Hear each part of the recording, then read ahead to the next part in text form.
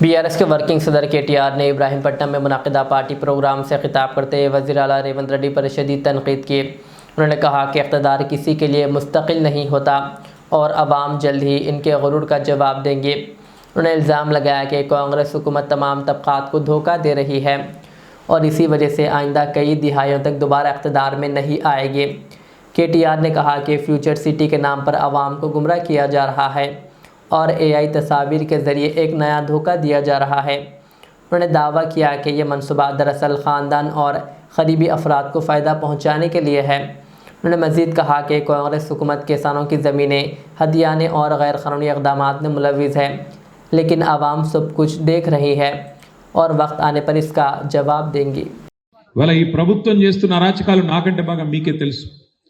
Pharma city ఇక్కడనే బ్రహ్మాండంగా కేసీఆర్ గారి నాయకత్వంలో 14,000 ఎకరాలు సేకరించి మన ఆలోచన ఏముండే ఒకటి ఒక గ్రీన్ ఫార్మా సిటీ పెట్టాలి, స్టేట్ ఆఫ్ ద ఆర్ట్ అంటే ప్రపంచంలో అత్యున్నతమైన ప్రమాణాలతో స్థానికంగా కాలుష్యం అనేది లేకుండా అక్కడే మరి బాగా చేయాలన్న ఉద్దేశంతో దాదాపు 7 సంవత్సరాలు కష్టపడి కిషన్ రెడ్డి గారు, సబితక్క, నేను మేమందరం కష్టపడి చాలా మందిని ఒప్పించి మెప్పించి కొంత ఇబ్బంది పెట్టి కూడా నిజంగా రైతులకు మొక్కాలి, ఆఖరికి వాళ్ళని చెప్పి మొత్తానికి 7 ఏళ్ళు తనలాడి 14,000 ఎకరాలు సేకరించాం।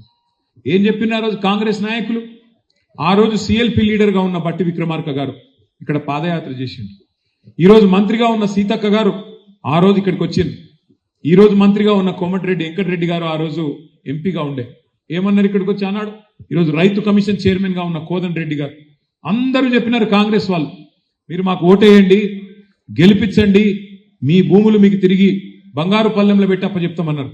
మరి 2.5 ఏళ్ళ ఓడ మీద ఉన్నప్పుడు ఓడమల్లన్న, ఒడ్డుకెక్కినాక బోడమల్లన్న అన్నట్టు ఓట్లు వేయించుకున్నారు, అవతల పడ్డరు। ఇవాళ ఫార్మా సిటీ కాదు ఫ్యూచర్ సిటీ అని చెప్పి రంగుల కళ, ఈస్ట్మన్ రంగుల కళ లాంటి సినిమా చూపెడతా ఉన్నాడు। మన రేవంత్ రెడ్డి మాట్లాడుతూ ఉన్నాడు ఇక్కడికి వచ్చి, ఇది future city, Bharat future city, దీనిలో న్యూయార్క్ను తలదన్నే నగరాన్ని నిర్మిస్తా నేను అని చెప్తున్నాడు। ఉన్న సిటీని పట్టించుకునే తెలివి లేదు, ఉన్న సిటీలో దోమలు గుట్టి జనం చచ్చిపోతుంటే దాన్ని అడిగినోడు లేడు, ఫ్యూచర్ సిటీ కడతారట। ఫ్యూచర్ సిటీ ఎవరు కడతారు? ఫ్యూచరే లేని నాయకుడు, ఆయన ఫ్యూచర్ లేదుగా, మళ్ళా తప్పిదారి ఆ పార్టీ ఇంకో 50 ఏళ్ళు ఇక్కడ మొలకొత్తనేయకుండా చేసిపోతున్నాడు రేవంత్ రెడ్డి, కాంగ్రెస్ పార్టీని బొందబెట్టిపోతాడు, అట్లాంటి నాయకుడట ఫ్యూచర్ సిటీ కడతాడట। ఉన్న 14,000 ఎకరాలకు వాపసిస్తా అన్నాడు, ఇవాళ ఇంకొక 16,000 ఎకరాలు మీ దగ్గరికి వెళ్ళి తీసుకుంటా అంటున్నాడు। మొత్తం 30,000 ఎకరాల్లో ఏదో చేస్తా అని చెప్పి గ్రాఫిక్స్ తోని ఏఐ తోని బొమ్మలు చూపెట్టి టైంపాస్ చేసుకుంటూ గడిపేస్తా ఉన్నాడు।